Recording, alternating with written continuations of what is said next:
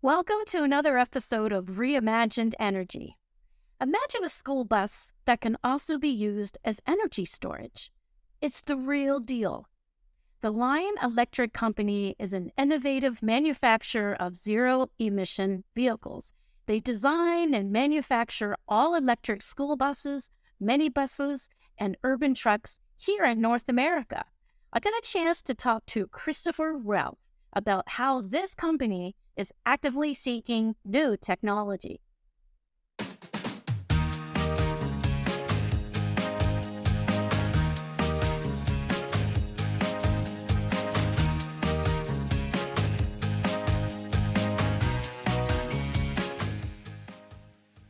Hi, Christopher.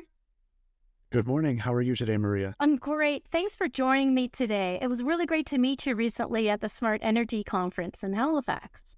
It was a pleasure to be there. We have a growing and expanding presence in Atlantic Canada, where I'm from, where my family's from. It was fantastic to be back home. That's awesome. Now, you're with Lion Electric. And so tell everyone a little bit of what that company is. The Lion Electric Company is North America's largest manufacturer of heavy-duty electric and medium-duty vehicles. What that means is we manufacture everything from Class A, C, D, and M buses, all the way through Class 5, 6, 7, and 8 trucks. Now, that seems like a very large gamut, and it absolutely is. We have about 1,500 vehicles on the road in North America, as well as a factory in Saint-Jérôme, Quebec, and a battery factory in Mirabel, Quebec. We are a made-in-Canada product, although we just opened up last year a 1 million square foot factory in Joliet, Illinois, to be compliant with Buy America. We can manufacture in the United States as well. And we have a network of 13 experience centers around North America where we can do on-site service, testing, design, we can do repairs, as well as do ride and drives for any potential customers who are out there looking to experience Lion. For the specific to Atlantic Canada audience, we have an experience center located in Moncton, New Brunswick, in the heart of Acadia, where we do service for our many customers around Atlantic Canada. We have trucks in service with companies like Day and Ross. One of our largest bus customers is the government of Prince Edward Island, who utilizes our electric buses all over the island and in the Charlottetown and Summerside regions specifically. Wow. And the company's been around since 2008, but we rolled our first electric buses off in 2016. And we're now an electric-only company. We're leading the way in sustainable mobility and climate change. That's amazing. So having all of this, these e-buses and the manufacturing side, there's also requires a robust charging infrastructure that's needed. So what are your thoughts on that? That's actually what my team does. So I manage the sustainable mobility division of the Lion Electric Company, where our team is responsible for the design, conception, procurement, implementation, and installation of electric vehicle charging. And that goes for both Lion fleets and non-Lion fleets, where really the conceptualization and understanding of how energy is going to be utilized inside the vehicles, but also more broadly and in a societal context as a form of propulsion. Because historically, energy is you use it or you use it or you lose it. It's going to be generated typically at a singular point, like think a Point Lepreau nuclear plant, or think the coal plant in Dartmouth. We're going to be generating large amounts of energy to be consumed. And with a vehicle, we're fundamentally altering that calculation. We are taking that energy and storing it in batteries, and those batteries are then being utilized in vehicles to move either people or product when the vehicles are necessary, and when a customer or when a school board or when a company decides that it's going to move product. Now, this also leads us to a wide variety of opportunities because our vehicles are V2G compliant. V2G means vehicle to grid. That means our batteries are not just methods of propulsion for vehicles. We're actually utilizing our vehicles to backfill the grid. Whenever the grid requires energy, we can install, design, and deploy bidirectional charging installations, which are two-way flow of electricity through a charger. It means we can power the vehicle with the charger, or if there's a storm or an outage or a period of intensely high demand, we can push power back from the vehicles onto the grid. That's amazing. Yeah. So has that technology been around for a long time? It's been around for, so it depends. Yeah. It's been around for quite some time. If you take a look at modern batteries in the small sense, we're doing it on DC charging, which means we require inverters to be in the charger, which is a much more recent development. And we are also doing it in spaces that haven't really been done before. So, for example, we're doing it in like black start technology, where there's no power behind the grid. We're doing it to bring up a community center that's been down after the power line was ravaged by a storm. So, yes, the technology has been around, but Lion is taking it to that extra level. It's making a mobility. Yeah. Yeah, like we really want to bring this to the next level, not understanding, like a Ford F-150 electric today. If you have an off-board inverter, you can power your house with it, which is fine. Powering your house is great. We're thinking much bigger scale. When there's a customer who has 1,000 electric school buses, what does that mean for the grid? Because 1,000 buses, you're the size of many hydro dams. You're the size of a small coal plant. What can that do for a community? What can that do for a government or a society or a community in the electrification of everything? What can it do for climate change resiliency? What can it do to combat carbon emissions? Well, it's a brilliant idea because school buses are only used, at certain times of the year. They're not used in the evenings or the weekends and July and August, for that matter. So there's another purpose. That's right. Yes. So we have ongoing projects right now in Florida. We have projects on the go in California and Prince Edward Island, actually. California is one of our most well-known projects. And again, it's the same thing. In a jurisdiction like California, you have periods of elevated electrical demands, as well as you have during your summer critical load on the grid, high heat, high humidity, tons of air conditioning load, deploying energy that can charge up overnight when there's very low carbon intensity on the grid and a very low price. Right. And being able to discharge that during the afternoon when there's high carbon intensity means that we're providing a source of zero emission electricity onto the grid at a very competitive price in an already capitalized asset that otherwise throughout the year, when there's less demand on the electrical grid, is going to be providing zero emissions transportation to school children with all the associated health benefits that come along with that. So it's very much win-win-win for everyone involved. Exactly. And so that's really what Lion Energy brings to the table. We're not a traditional energy company, and we're definitely not a traditional vehicle company. We very much sit at the crux of where those two intersect in the marketplace, and I think that shows with who's utilizing our vehicles. We have vehicles in service with. Well, exactly. And you also have the accessibility buses as well that you're focusing on. Correct. Yeah, equity, social equity and societal equity forms a very critical component of who Lion is and what we want to do as a company. I was thinking the other day, during the school year, a lot of bus drivers, and I know it's like that in Atlantic Canada. I don't know what it's like in other parts, but some school bus drivers keep their buses at home, parked in their driveways when they're not used, and then in the summer months they're stored elsewhere. How would those drivers need to have special charging in place, or will it be a central place where they all charge? It truthfully depends on the jurisdiction and the length of the routes. all over Canada and the United States where we have buses in service. And we have about 1,200-ish electric school buses in service. So we, we know what we're doing. We've done both. Uh, Centralized depots are fantastic for urban, suburban, and peri-urban environments where it's not a far ride for a bus driver to go from their house or from their apartment or condo to their depot to pick up a bus. It also centralizes and ensures that the infrastructure requirements are one shot.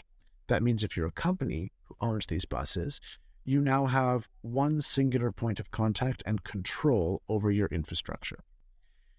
We have also deployed electric vehicle charging, typically AC charging, to people's homes because DC charging is typically requires a wider amount of infrastructure, and that's simply not going to be acceptable in someone's home. So we can do that. However, it is becoming less and less frequent in the industry, not just with Lion customers, as buses move towards DC charging systems. And with the higher infrastructure requirements, that typically necessitates a depot charging model. However, we very much do both, and we're doing both today. Mm-hmm. So with these buses, electric buses, what is there special training involved? Do the drivers need to have a special knowledge in place? So there's two answers here. There's the answer that is, politically correct and socially correct, and I think morally correct, and that is yes, drivers very much do need special training, and we do offer that from the Lion Academy. We're more than happy to come on site and teach your drivers about regenerative braking to ensure that you can maximize your range. For example, if you're in mountainous terrain and you're going downhill, it's not uncommon to regenerate 3, 4, 5% of your battery from a single route. That's like getting 5% of your of a tank of fuel for free. So obviously you want that training. However, I'm an electric vehicle driver. Maria, you're an electric vehicle driver, and there is very much a temptation for a lot of people to just get in it and go and figure out, what happens. I will say that for just about every customer across North America, there are specific licensing requirements for drivers in class 5, 6, 7, 8 trucks, as well as for school buses. And typically there's training that can be augmented by the Lion Academy when we go in. Right. But again, there is nothing like having no training, getting into a Lion vehicle at a ride and drive. For example, next week, May 17th and 18th, you'll be able to get into a Lion truck in downtown Toronto at the EV Charging Expo and test out a Lion Class 6 truck. And there is nothing like getting into an electric vehicle for the first time. And just going. Seeing the speed and the energy there. It's a great feeling. How long does it take to build or manufacture one of these vehicles? Like you said, they're made here in North America, which is great. Yeah, they're made right in Saint-Jérôme, Quebec. Yeah. Anybody who's going from Montreal to Ottawa-Gatineau and wants to drive up Highway 15 or 50, anyone who's going to Mount Tremblant will go by our factory. Anyone going to Ottawa from Montreal will probably go by our battery factory right off of Highway 50. We're a made in Canada product. We're made in the U.S. product, and we're very proud of that. But we can do, on average, we can do about 30 school buses a week at full tilt. Really? Yeah, I would highly recommend taking a look at some of our videos on our YouTube channel. We have a factory tour where you get a chance to go through our Saint-Jérôme factory.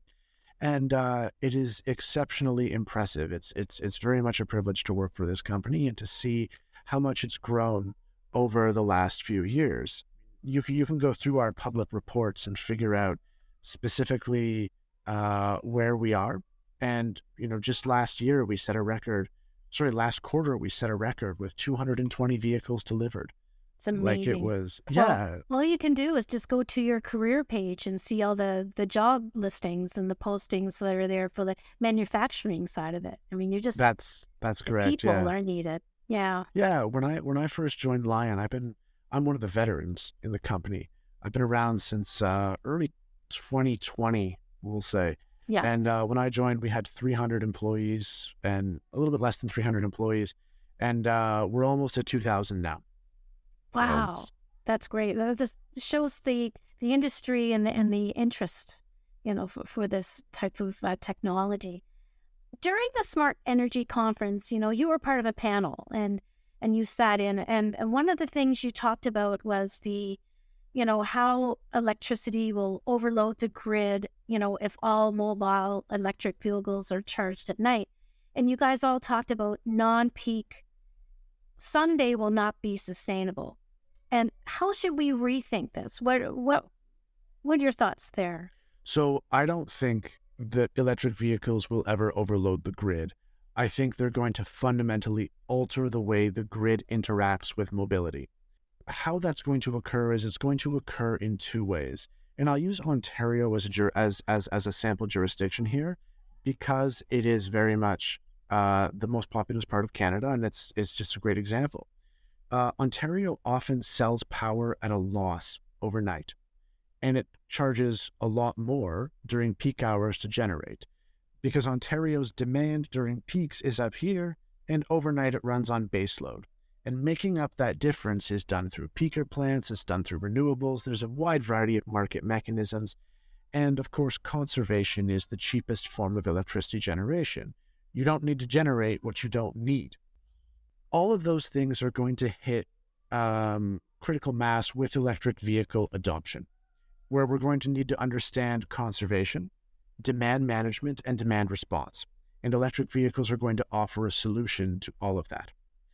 So at night, the price of electricity is much cheaper because you have to run generating plants at a lower price of electricity. There's very little load at night. If all electric vehicles are charging up at night, you suddenly have a customer for all that electrical load, which means you do not need to sell it at a loss. You can basically give it away at very cheap prices. And we're seeing this in jurisdictions like British Columbia and Ontario. British Columbia has special overnight charging rates for electric vehicles, and Ontario just introduced one as well, called the ultra-low overnight charging rate. And what they've done is they're going to give you, for demand under 50 kilowatts, principally residential, they're going to basically say it's now 2 cents a kilowatt hour to charge overnight. And that is the cheapest electricity rate in North America right now, 2 cents a kilowatt hour. And at demand, at peak, it's no longer going to be 21 cents a kilowatt hour. It's going to be 30 cents a kilowatt hour. They're going to increase the stratification between when it's cheap and when it's not cheap. They want to disincentivize you from consuming during peaks and incentivize you to consume when they're basically giving electricity away. They're going to Interesting. find new customers, and they're going to disincentivize consumption during high stress periods on the grid. So that's going to be one thing that we're going to see a lot of going forward. And the second thing we're going to see a lot of going forward is called DER, or distributed energy resources. And these are going to be small-scale solar, small-scale wind, and small-scale battery operations, as well as electric vehicles. EVs are going to play a huge role in that because, as I mentioned previously, they're moving batteries. There's going to be vehicle-to-grid technology coming. It's already here with the Ford F-150 electric, and it's already here with the Nissan Leaf. It's already here on any Lion school bus that's rolling around Canada today. How's that going to interact with the grid? And today, it's okay to have one or two of them. What happens when a fleet of 500 or 1,000 of these is rolling around? What does a fleet of 5,000 of them in Toronto mean? Let's assume, for example, that in a city like Toronto, you do have a site that has 1,000 buses. Even discharging at 50 kilowatts, 1,000 buses moving at 50 kilowatts each means you now have 5 megawatts to play with. It's rolling around. What are you going to do with that? It's amazing. I could see it being used for like remote locations or festivals and events. Exactly. You can Sorry, rent them. You'll have 50 megawatts. My brain is That's turned to okay. mush right now. But with 50 megawatts, like that's a hydro dam. Yeah. That is a hydro dam. If you deploy that for 2 hours, 50 megawatts inside the downtown will shift the peak. You will shift the peak inside that hour, which has very deep ramifications when you're thinking about industrial conservation and how you design industrial conservation programs to incentivize how people are going to pay their global adjustment, which is the difference between the cost of generation and the price of generation. How are these programs going to come into play? And the options that electric vehicles provide are going to allow our grids to be much more flexible in responding to demand.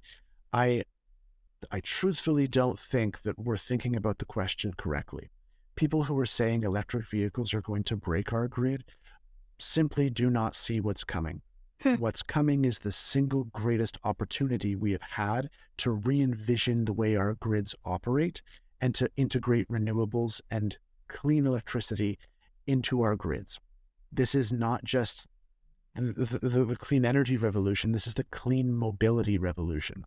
Awesome. Well, it's like reimagined energy all over. It's kind of hence this podcast, right? Yeah, we're really talking about, how quick this is going to come. And like, it's already here in multiple jurisdictions. Prince Edward Island is leading on this. Other jurisdictions in Canada want to get in on this as well. Within 5 years, what we're talking about is going to be commonplace. And it's a necessity that we're going to have to react to. It's better for us to start reimagining what our grids could look like in the future and to not hamstring ourselves. The possibilities here are very much endless. You brought up the panel that I'm sitting on. There are people like Sanjeev from Nova Scotia Power who are very much leaders in this space, who want to make these changes and who want to understand what the grid of the future is going to look like and how they can best position themselves to do so. Yeah, exactly. So on that final note, what's next for Lion Electric? That's a fantastic question. We're not content to just sit on our laurels and to sell the greatest electric school bus that's on the market today. I think our Class 6 truck is one of the best on the market, and we're not content to just sit on that. This year, we're releasing our electric ambulance that's going to be... Yeah, I know. That's awesome. It's an electric ambulance built in conjunction with Demers, who we provide the Class 5 chassis for it. Uh-huh. And, that I think is a major announcement. That I think is definitely something to look forward to. As well, we just announced a vehicle-to-grid pilot with the government of Prince Edward Island to backfill community centers when there's an outage, like a hurricane that rolls through. Wow. People should look to our buses and see them not just as clean mobility, but as very much the way the future of energy is going to be consumed and utilized as a method of propulsion. That is amazing. Vehicle to grid, new thinking, or just it's actually probably been thought of before, but you guys are taking it in another way. That's what we want to hear. Lion is very much a market leader in this space. We don't want to rest on our laurels. I think we're always finding new ways to push ahead and to always be ahead of the game. And I think that shows in our vehicles. When you take a look at who they're in service with, our trucks are being driven around by, Day and Ross and IKEA and, Amazon. And they're being run 18, 20 hours a day. We're very much showing that electricity can be cheaper, can be cleaner, can be more sustainable, and can very much lead to a better bottom line and a better society at the same time. And I think we stand by those values. Excellent. Thank you so much, Christopher, for your time today, and all the best. Next time I'm driving to Mont Tremblant, I'll give you a call when I'm on my way. You'll have to give me a tour. Please do. You'll go right by us on Highway 15. Thank you so much for your time, Maria. Thanks, Christopher. Bye. The grid powers vehicles, but then turning that around so the vehicles power the grid. That's reimagined energy right there, folks. Thanks to Christopher Ralph of Land Electric for joining me today. They're Canada's homegrown e-bus and e-truck manufacturer right in Quebec. Do take part in one of their experiential drives next time you're in Toronto or in the Montreal area. Thanks for joining me today. This is Reimagined Energy. Click that subscribe button and we'll talk to you next time.